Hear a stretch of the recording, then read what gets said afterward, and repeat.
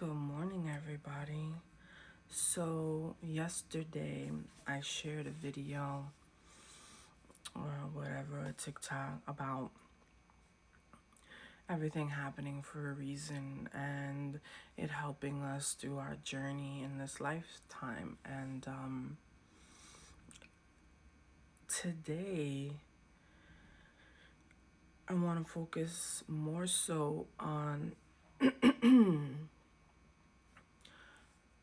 the grieving process when someone is going through a separation or a divorce, right? So, what they don't teach you is that regardless of who decides to call it quits, whether there's infidelity, whether there's dishonesty, or anything at all that happens in the relationship and it's ended, you know, many times, men and women, you know, we try to put on this brave face. I'm okay. I'm great. I'm good. I'm feeling better because that's what you want. You want to feel better eventually. So I guess most of the time we fake it until we make it. And so we keep ourselves busy and we keep on living life. If you have children to take care of and you have other responsibilities, you just have to keep going and you have to do what you got to do. And regardless of if you were with a narcissistic person, toxic, not toxic, someone that had issues or not, or if you're the one that has, maybe some issues that you needed to work through, whatever. This is no judgment here. I'm just sharing that regardless of what is what, they don't tell you that you're going to go through the grieving process. Excuse me. And it is as if you've lost a loved one to something tragic like death, right? It almost feels like death. And when I say that, some people might find it to be harsh, but it is the reality of it, right? Especially if if you're younger and you started dating in your early 20s or whatever, and then, you go through 10, 15 years with the same person, it's a life that has been lived with someone else. And now that they're not in your life anymore, you have lost them, right? And for me, for instance, I was like, I'm okay, I'm great, I'm good, I'm great, I'm good. But then I would come home, my space would just feel so empty. And I was the one who initiated it because there was no growth, there was no progress, there was a lot of arguing, there was a lot of toxicity, there were things that were done that I didn't know about until after the fact as well. Infidelity, there was a lot of stuff. And I don't want to go down the rabbit hole, but everybody has their story and their experience. And, you know, most people are like, oh, she didn't go through this and she didn't go through that. But everybody has their own experience in their marriage. And for me, the combativeness, the constant battling. I was always in a battlefield with the person I was with, and I just couldn't do that anymore. I said, there's no progress in this relationship. There's constant pointing of the finger and not taking responsibility for the actions that led us to whatever point and what have you. And like I mentioned in yesterday's video, having lost a child, I thought this is the end of the world for me. It was very traumatic and dramatic, the everything going through that. But looking back, everything happened for a reason, because had I had that child, the child would have been in a toxic situation in the middle. I probably might have stayed in that marriage because I would have felt obligated for that child to have something solid, something stable, and I would have said, you know what, screw it, we'll work it out, whatever. And I think most people stay in situations because of children. But let me tell you, children do not fix relationships.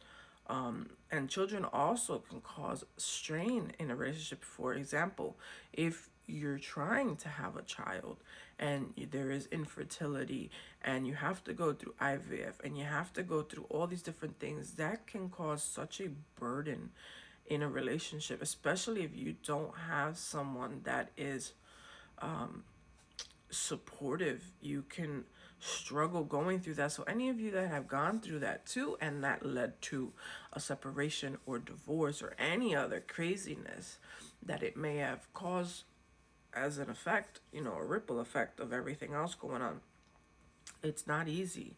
And so for those of you grieving through the divorce process, know that you will be okay. And it is okay to cry. Because if you try to numb and you try to continue to do other things or live your life as usual, one of these days it's gonna hit you. It took 2 years for me to really, really feel the loss, the pain, because I got myself a full-time job. Then I was working and I was running a business that I had started in the middle of that.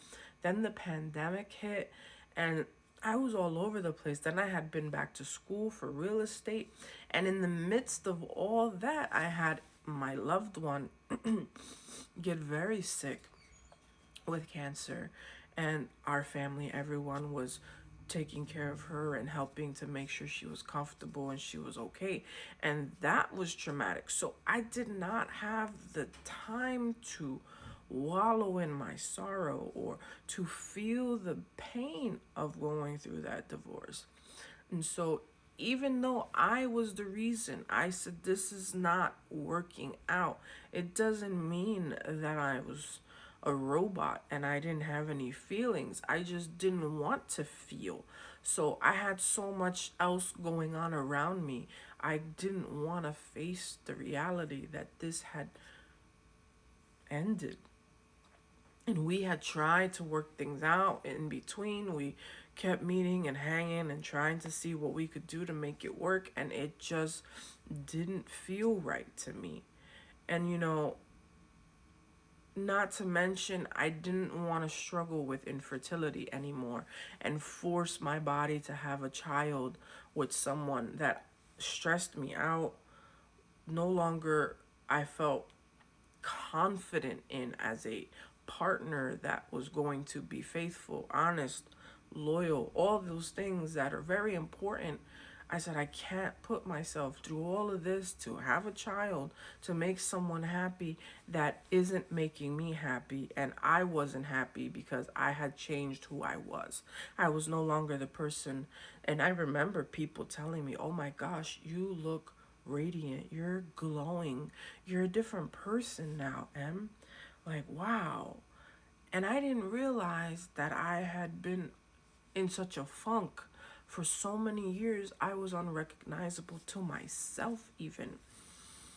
And I remember my best friend was like, wow, you're back. Like, this is you. I was traveling. I was going everywhere. I was doing things that I wanted to do for myself. I went back into my music. I started the social media platform and doing YouTubes. That my YouTubes, I had blocked a lot of them because I don't think people were ready for what I was sharing. And so all this to say that we need to go through the grieving process. If not, we won't heal and we will bleed over the next person we're in a relationship with. And it's not fair to the next person to bleed all over them. So it's very important that we heal before we move forward into the next phase of our lives so that we're happy and that person is happy with us as well. We don't want to go just existing and moving on into new relationships just because we don't want to feel the pain and the loss of the last one. We have to go through the grieving process, and sometimes you have to do that alone. But it doesn't mean you can't reach out and get support, get therapy. Therapy is amazing, and people think it's for crazy people. No, therapy is to work through things. And that's all the time I have today. I'll talk to you guys soon, and happy healing.